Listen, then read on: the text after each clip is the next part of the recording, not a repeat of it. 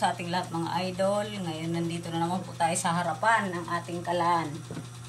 Tayo po ay magluluto na naman. Ito po ang ating lulutuin ngayon. Gisa na po tayo kasi mainit na po masyado ang aking kawali.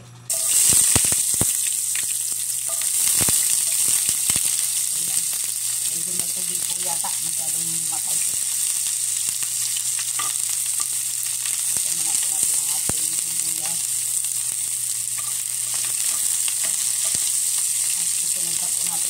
Kasi masyado na po mainit ang ating kawali. Yan lang kung pagkakahirap ko niya.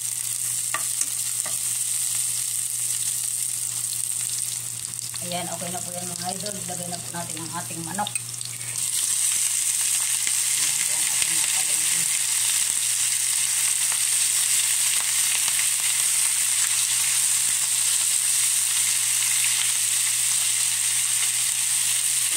Haluin lang po natin hanggang sa medyo maluto ito. Yan, pag ganyan, nagisa na po natin mga idol, lagay na natin ang ating asin. Sabay na rin po natin ang paminta. At ang ating pong mga pampalasa. Saka po natin tubigan yan. Konti lang po. Medyo napalakas yata po yung aking apoy para nasunog ang aking sibuyas. Pero okay lang po yan. Bango naman eh. Yan, at hintayin na lang po natin yung kumulo. Hanggang sa maging okay na ang ating manok. Yan po mga idol.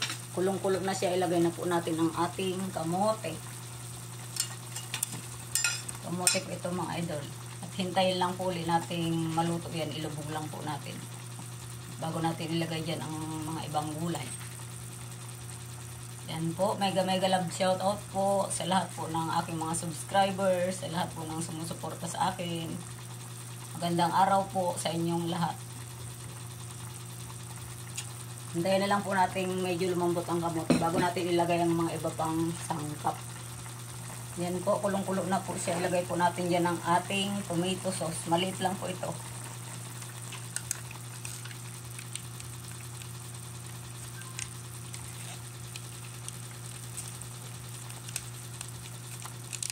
Kung ano po ang kaya ng budget natin mga idol, yan po ang ating lulutuin. Haluin po natin ng konti para sumama sa sabaw ang tomato sauce. Tsaka po natin yan ulit papakuluin. Hindi ko na po yan tinatakpan-takpan pa mga idol kasi binabantayan ko naman po talaga yung niluluto ko. Mainit masyado ang sandok. Pakuluin lang po natin ulit. Yan, pag ganyan pong malambot na ang ating kamote mga idol, tinignan ko na po yan kanina, malambot na siya.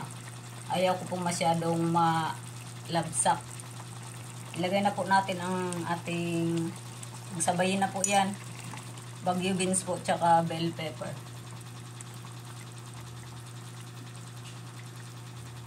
Lubog lang po natin ng konti. Hintayin po natin medyo maluto. Ayaw ko pong nagtatakip pag nagluluto ng may mga gulay, mga lods. Kasi nag-iiba po yung kulay ng gulay. Binabantayan ko lang po talaga yan.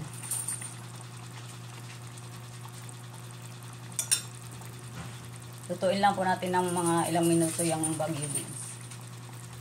Pag ganyan pong medyo nag-iba na ang kulay ng Baguio beans mga idol, ilagay na po natin ang ating pechay. Pechay at bok choy po itong nabili ko. Kaya ilagay na po natin yan. Sabay-sabay na yan. Walang naunang tangkay. Ayan, at medyo ilubog po natin.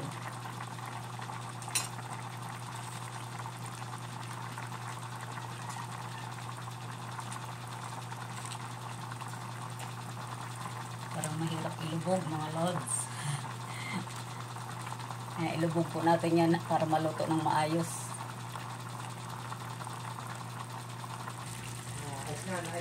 Medyo okay na po yan mga idol. Ilagay na natin ang ating huling ricado. Hans pork and beans po ito mga idol. Yung pandel po kayo na. Ang lagay po talaga yan dyan.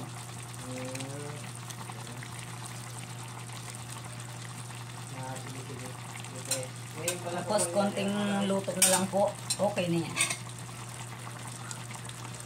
Luto na rin naman po ang ating mga gulay. Ayaw ko po na masyadong lutong-luto ang gulay. Hindi na ako kailangan dyan, oh. Sige. Thanks for watching po sa inyong lahat. Kain po tayo. Have a nice day po. Okay. Maraming salamat po sa inyong lahat.